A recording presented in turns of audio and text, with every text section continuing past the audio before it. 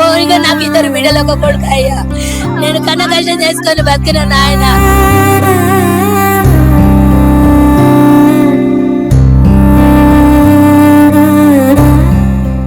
నాకు 5:30కు ఫోన్ వచ్చింది నాయన. నాయన నా బిడ్డ ఫోన్ చేసింది, తమ్ముడు చిల్లర పట్టడానికి ఫోన్ చేస్తే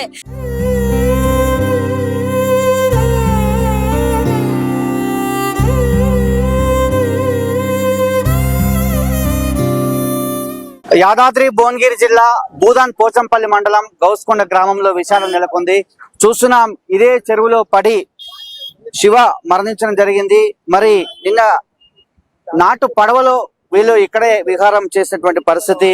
మరి మొత్తం కూడా 6 స్నేహితులు ఈ చెరువులోకి వెళ్లారు. ఈ చెరువులో నాటు పడవలో వీళ్ళు విహారం చేసినటువంటి పరిస్థితి.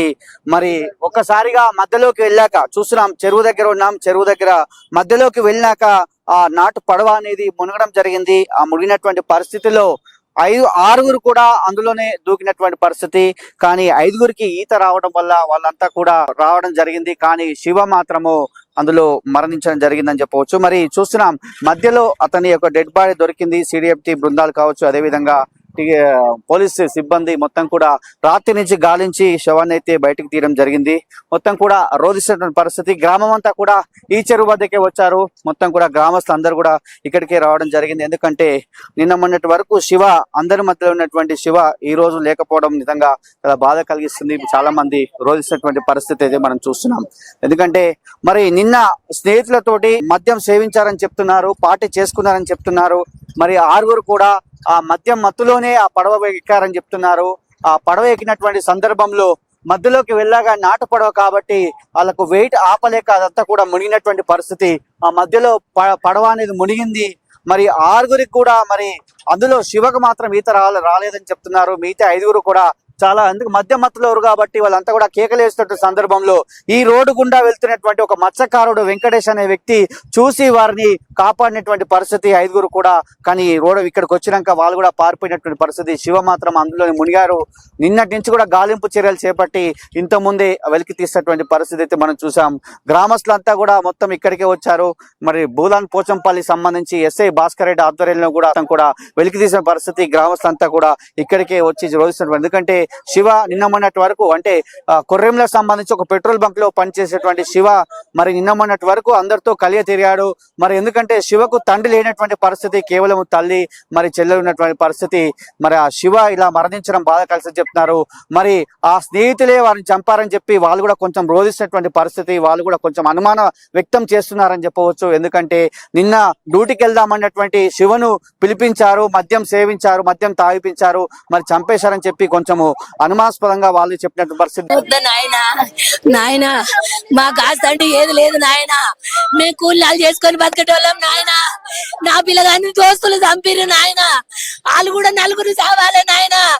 నాయన కొట్టి చంపిరు నాయన, తాపిచ్చిరు నాయన నా పిల్లగానికి. ఓరిగా నాకు 2 బిడ్డలు ఒక కొడుకు అయ్యా. నేను కన్న కష్టం చేసుకొని బతికిన నాయన. నాయన నా పిల్లలది ఎట చూసుకుంది నాయన. నాయన నా పిల్లగాని ఎట చంపబుద్ధి అయింది నాయన. వాళ్ళకు 25 ఏళ్ళు అవుతుంది నాయన. 25 ఏళ్ళ నుంచి వెళ్ళిపోయినా కూడా నాయన. నాయన కష్టం చేసి నేను పెంచుకున్నాయా నా తమ్ముడిని. ఏ చిన్న లోటు లేకుండా నేను పెంచుకున్నా. మా చెయ్యి వదిలి పోయిండయ్యా నా తమ్ముడు. నా తండ్రి లాగా నా కొండగా ఉండయ్యా నా తమ్ముడు. విన్నప్పుడే వదిలేసిపోయిండయ్యా నా తండ్రి. ఇప్పటి వరకు మమ్మల్ని ఎవరు దాచలేదయ్యా. నా తల్లి రెక్కల కష్టంతో మేము బతికినాము. నా తమ్ముడిని చంపిరు, నా తమ్ముడిని చంపిరు,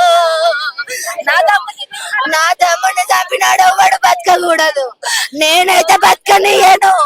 నా తమ్ముడిని మింగిరు. ఆడవర్తరు పోయేటోడు కూడా కాడు. నేను డ్యూటీకి పోతానని తయారయ్యిండు, బయటికి వెళ్ళిండు. 5 నిమిషాలలో మళ్ళీ వచ్చిండు ఆయన. ఎందుకు నాయన మళ్ళీ వచ్చినామంటే, అమ్మ మా దోస్తుగాడు కూడా ఎక్కినట్ట అమ్మ, నేను రేపు పోతా అన్నాడు. ఒకటే మాట నేను మాట్లాడినా, నేను పనికి పోయినా నాయన. నాకు 5:30కు ఫోన్ వచ్చింది నాయన. నాయన నా బిడ్డ ఫోన్ చేసింది, తమ్ముడు చిల్లర పట్టడానికి ఫోన్ చేస్తే నా పిల్లగానికి ఈత వస్తుందని అనుకున్నా నాయన. ఇట్లా కొట్టి చంపుతారని అనుకోలే నాయన. నా పిల్లగాని ఎందుకు ఇట్లా బాధ చేసిరు నాయన. మేము ఎవరికి అన్యాయం చేసినాం నాయన. దీని మీద కేసు నమోదు చేస్తాము, ఖచ్చితంగా దీని మీద పురోగతి సాధిస్తామని చెప్పి ఎస్ఐ భాస్కర్ రెడ్డి కూడా చెప్పడం జరిగింది. మనం చూస్తున్నాం, మనము ఎన్నో సంఘటనలు జరుగుతున్నాయి. యాదాద్రి భువనగిరి జిల్లాలో నిండు కుండలో ఉన్నటువంటి చెరువుల్లో పడి చనిపోతున్నటువంటి పరిస్థితి, చాలా జాగ్రత్తగా ఉండాలి. వేసవి సెలవులు వస్తున్నటువంటి పరిస్థితి. ఈ సెలవుల నేపథ్యంలో ఇలాంటి చెరువులకు వెళ్ళకూడదు. ఎందుకంటే చెరువులోకి వెళ్ళినటువంటి పరిస్థితుల్లో చాలా గుంటలు ఉన్నటువంటి పరిస్థితుల్లో, అందులో మునిగినటువంటి పరిస్థితుల్లో చాలా ఇప్పటి వరకు ఈ జిల్లాలో ఎన్నో సంఘటనలు జరిగినటువంటి పరిస్థితి మరి చూస్తున్నాం. గోస్కొండకు సంబంధించి శివ కూడా మరణించడము బాధ కలిగిస్తుంది. గ్రామం అంతా కూడా ఇప్పటి వరకు ఇక్కడ రోధిస్తున్నటువంటి పరిస్థితి. చాలా మంది కూడా వచ్చేటువంటి చూస్తున్నాం. చాలా మంది కూడా తన మిత్రులే కావచ్చు, బంధువులే కావచ్చు, అందరూ కూడా ఇక్కడ ఉన్నటువంటి పరిస్థితి. ఎందుకంటే ఈ బృందం ద్వారా వారైతే శవాన్ని అయితే వెలికి తీసిన పరిస్థితి. కానీ మరి నిజంగా దీనిపైన నిగ్గు తేల్చాలి. ఎందుకంటే నిన్న డ్యూటీకి వెళ్తున్నటువంటి శివుని పిలిపించారు. మరి ఇక్కడ ఉన్నటువంటి నాటు పడవ ద్వారా వాళ్ళంతా కూడా లోపలికి వెళ్ళినటువంటి పరిస్థితి. దరిదాపు మధ్యలో వారు మునిగినటువంటి పడవ అని చెప్పవచ్చు. పడవ కూడా లోపల ఉన్నటువంటి పరిస్థితి. మరి బృందం మాత్రం వారిని అయితే వెలిగించినటువంటి పరిస్థితి అని చెప్పవచ్చు. ఏదైనప్పటికీ నిజంగా ఒక అనుకున్నటువంటి ఘటన, ఒక విశాల ఛాయలు అనుకున్నాయి గోస్కొండలు అని చెప్పవచ్చు. ఒక యువకుడు మరణించడము చాలా బాధ కలిగిస్తుందని చెప్పవచ్చు. మిగతా 5 కూడా తప్పించుకున్నారు. అది కాపాడినటువంటి వ్యక్తి వెంకటేష్ అనే వ్యక్తి మత్స్యకారుడు. అతను ఈ రోడ్డు గుండా వెళ్తున్నాడు. ఆ కేకలు వినిపించిన సందర్భంలో రావడం జరిగింది. కాపాడినటువంటి పరిస్థితి మనం చూసినటువంటి సందర్భం చూస్తున్నాం. యువకులకు సలహాలు ఇస్తున్నాం. ఖచ్చితంగా యువకులు ఇలాంటి సాహసాలు చేయకండి, ఇలాంటి చెరువుల దగ్గర రాకండి అని చెప్పి చెప్తున్నటువంటి ఎన్నో సందర్భాల్లో సుమన్ టీవీ కూడా హెచ్చరించినటువంటి పరిస్థితి అని చెప్పవచ్చు. అధికారులు కూడా ఎప్పటికప్పుడు చెప్తున్నారు. ఎందుకంటే ఈ జిల్లాలో చాలా చెరువులు నిన్నటువంటి పరిస్థితి. చెరువులకు వేసవి సెలవుల్లో అనవసరంగా ఈ చెరువుల దగ్గరికి రావద్దని చెప్పినటువంటి పరిస్థితి. కాబట్టి దయచేసి యువకులు ఇలాంటి చెరువుల దగ్గర రావద్దు. మరి వాళ్ళంతా కూడా ఇక్కడే పార్టీ చేసుకున్నారని చెప్తున్నారు. వాళ్ళంతా కూడా ఒక సెల్ఫీ వీడియో కూడా తీసుకున్నటువంటి పరిస్థితి. అది కూడా రిలీజ్ అయినటువంటి పరిస్థితి.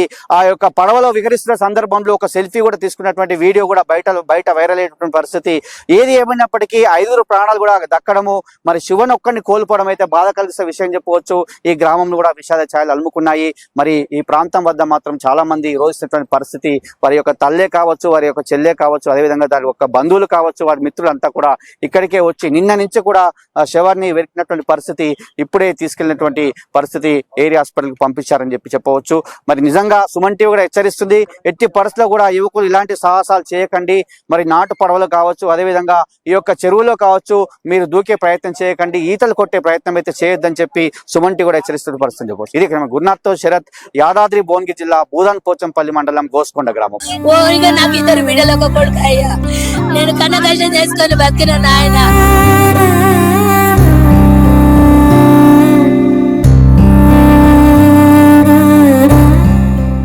నాకు 5:30కు ఫోన్ వచ్చింది. నాయన నా బిడ్డ ఫోన్ చేసింది. తమ్ముడు చెర్ర పట్టడానికి ఫోన్ చేస్తే